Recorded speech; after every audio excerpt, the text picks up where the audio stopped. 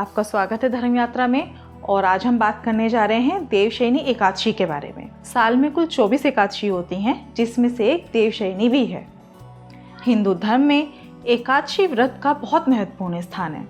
एकादशी चंद्रमास में आने वाली 11वीं तिथि होती है। हर चंद्रमास में से 2 एकादशी होती हैं, एक शुक्ल पक्ष की एकादशी और एक कृष्ण पक्ष की एकादशी। यह तिथि भगवान विष्णु को समर्पित है। वर्ष भर में कुल 24 एकादशी आती हैं।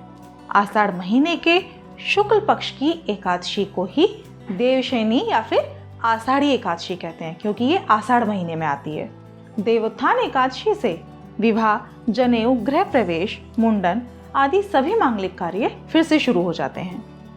पद्म पुराण में कहा गया है कि जो मनुष्य मुक्ति की इच्छा रखते हैं उन्हें देव प्रबोधनी या फिर देवशयनी एकादशी पर व्रत जरूर करना चाहिए। मान्यता है कि देवशयनी एकादशी व्रत के करने से सभी पाप नष्ट होते हैं तथा समस्त मनोकामनाएं पूरी होती हैं। मनुष्य को भगवान उत्तम गति प्रदान करते हैं। जो व्यक्ति प्रतिवर्ष श्रीहरि का व्रत करते हैं उन्हें वैकुंठ लोक प्राप्त होता है और वो जीवन मृत्यु के चक्र से मुक्त हो जाते हैं। आषाढ़ मास के शुक्ल पक्ष की एकादशी को व्रत रखा जाता है और घर के सभी सदस्यों को भगवान विष्णु की पूजा आराधना करनी चाहिए। देवशयनी एकादशी के दिन प्रातःकाल जागकर घर की साफ सफाई कर लें।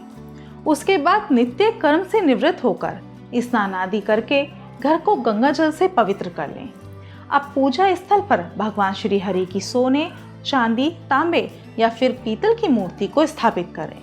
इसके बाद षोडशोपचार सहित भगवान की पूजा करें।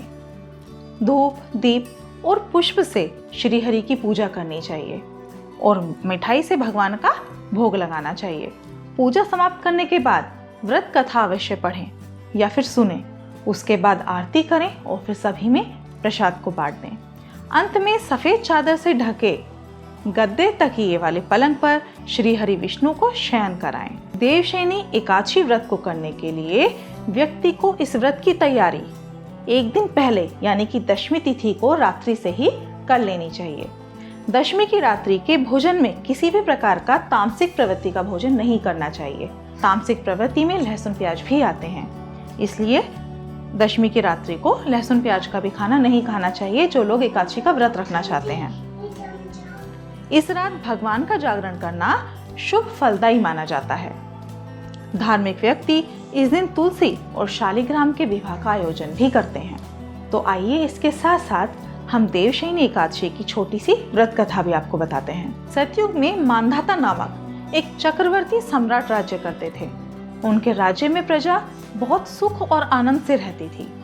एक समय राज्य में लगातार 3 वर्ष तक बारिश नहीं होने से बहुत भयंकर अकाल पड़ गया, जिसकी वजह से प्रजा व्याकुल हो गई और चारों ओर हाहाकार मच गया। प्रजा की दयनीय स्थिति देखकर राजा समाधान खोजने के लिए जंगल की ओर चल पड़े।